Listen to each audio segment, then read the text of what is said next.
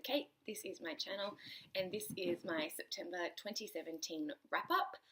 I did film an August wrap-up, but I had a fight with my computer, which resulted in me losing all my footage, and I couldn't be bothered refilming it, so sorry. But this is my September wrap-up. In September, I've read 9 things, some of which I've already filmed videos about and have already posted, but we'll just quickly run through and we'll see how we go. So the first 4 books that I read are a series, Song of the Lioness Quartet by Tamora Pierce. I did 2 videos on this series, a sort of trip down memory lane and then a review of them as an adult reader. P.S. Still awesome, highly recommend, they're great. Watch those videos if you want to see me lose my mind over them. So my non-fiction book for the month of September was The Immortal Life of Henrietta by Rebecca Skloot. I believe this has recently been made into like a telly movie or mini-series or something, and I think Oprah's in it. But I've been wanting to read it for a couple of years now, finally got around to it. Henrietta was a woman who died of cancer in the 50s, but before she died, they took a sample of her cancer cells, and they're still alive and they're still reproducing, and they are used to test pretty much everything in the history of science as far as I can tell since they were taken from her body. Lots of vaccines, lots of medical science of course, but also things like, they went up in the Apollo missions to see what effects they have on the cell, what effect space has on the cellular level. They were exploded in nuclear blasts. They have been part of cloning experiments, all sorts of stuff. But they've always just been called HeLa cells. HeLa is in the first 2 letters of Henrietta and the first 2 letters of Lax. And so nobody knew much about her, nobody seemed to really care. So Rebecca Skloot actually did a bit of an investigation into her family, and this is the result of her investigation into Henrietta's family, Henrietta's life, how the cells were taken and the medical ethics of that, and what's happened to them since, what happened to her family since, how does her family react. Short answer, not well. The scientific community sells her cells for I think it was $250 each at the moment. Not each for each cell, but each little vial is, I think at the moment is $250, or at the time of writing this book. Her family can't afford health insurance. They're alcoholics, they've been in prison, they've got lots of mental health issues. The people that they're focusing on are poorly educated. They don't really understand what it is that is happening to their mother's cells, or their family members' cells, and they would never ask permission, and they don't get any money from it. But without their family, all of these medical breakthroughs might not have happened, and they get no benefit from it. And so there was lots of discussion about medical ethics, which I thought was really interesting, especially because the conclusion seems to be it's a grey area, but nobody's actually done anything wrong considering the time that it was originally done, which is a little bit upsetting. But overall, especially in the early parts of the books when they're talking about Henrietta's life, I found a lot of the writing to be like a novel, and there was so much small specific detail like you would get in a novel, and I didn't like it because it felt like she was making it up, even though I'm sure to a certain degree there was a lot of information she was getting from her family, and you can do lots of research about the time and stuff and find out what kind of shoes were people wearing at that time, at this time in this town, this socioeconomic status. Oh yeah, and she was a black woman, so black people in this town at this time of this socioeconomic status, what kind of shoes were they wearing? You can do that sort of research, but then there was like, you know, oh, her shoes were blue, and like lots of tiny little details and like what Henrietta was thinking, even though most people in Henrietta's life didn't know she was sick until right before she died. So I felt like perhaps she was stretching it too far. Yeah, in some parts. But as it went later on, and she was starting to like talk about her meetings with like Henrietta's daughter, who was a character, those things I felt more secure about, because she was talking about her own first-hand experience of these people and what they did together, and I was a bit more comfortable with that. So it was okay, but I probably won't think much about it again. My book club book for the month of September, was based on a true story by Delphine de Vigan. This is translated from the French by George Miller. So this is, I've never read anything else by Delphine de Vigan, but from what I can figure out, she's quite a well-known French writer. And this book is complicated. So essentially the story is, there is a woman, she's a writer, she has just written a very popular book about her, like a sort of like a family memoir, and it was a very difficult book for her to write, and she kind of has like a freak out about, you know, how much people know about her life now and her family, and she's now kind of stuck in like a writing rut, and she doesn't know what to write next, and she's finding it really difficult to write the next thing. And then this woman appears, and they become best friends, and her best friend, who is only known as L, the letter L,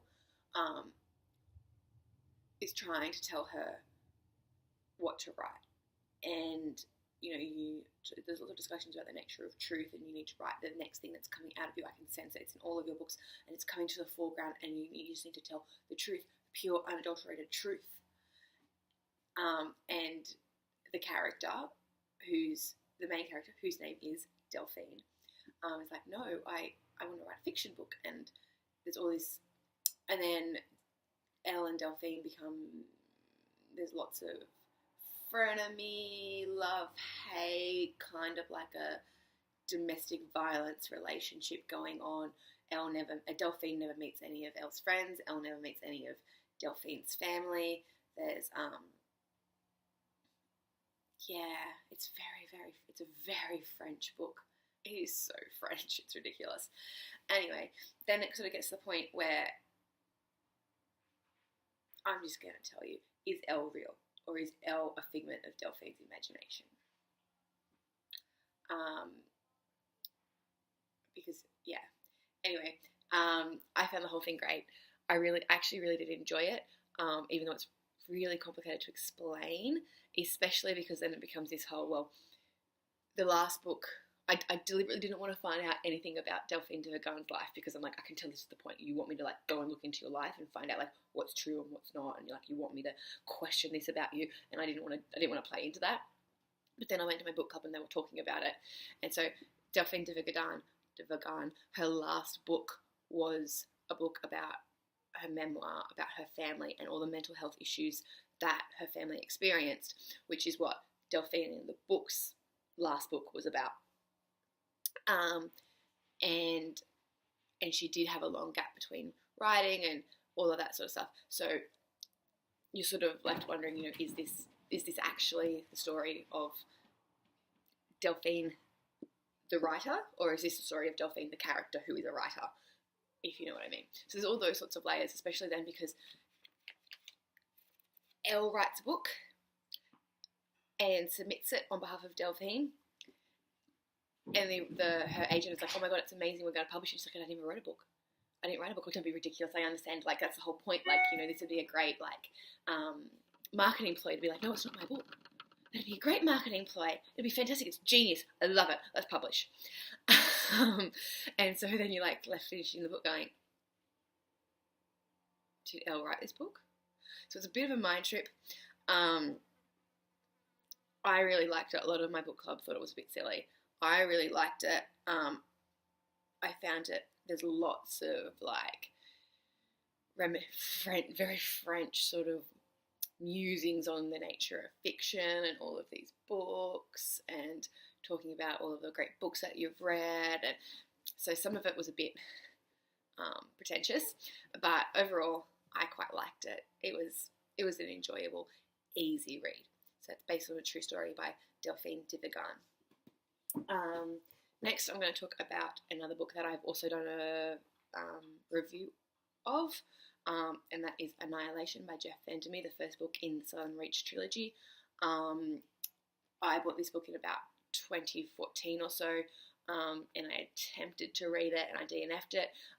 So I actually finished it this time. So I've started a series of videos about reattempting DNF'd books, since I have so many on my bookshelf. So I've got a full review of this. Long story short, it's weird, but I liked it. My collection of short stories is Not of Woman Born edited by Constance Ash. So I bought this secondhand, and it was originally published in like the 90s, I think. And it's all the stories are about reproductive technologies.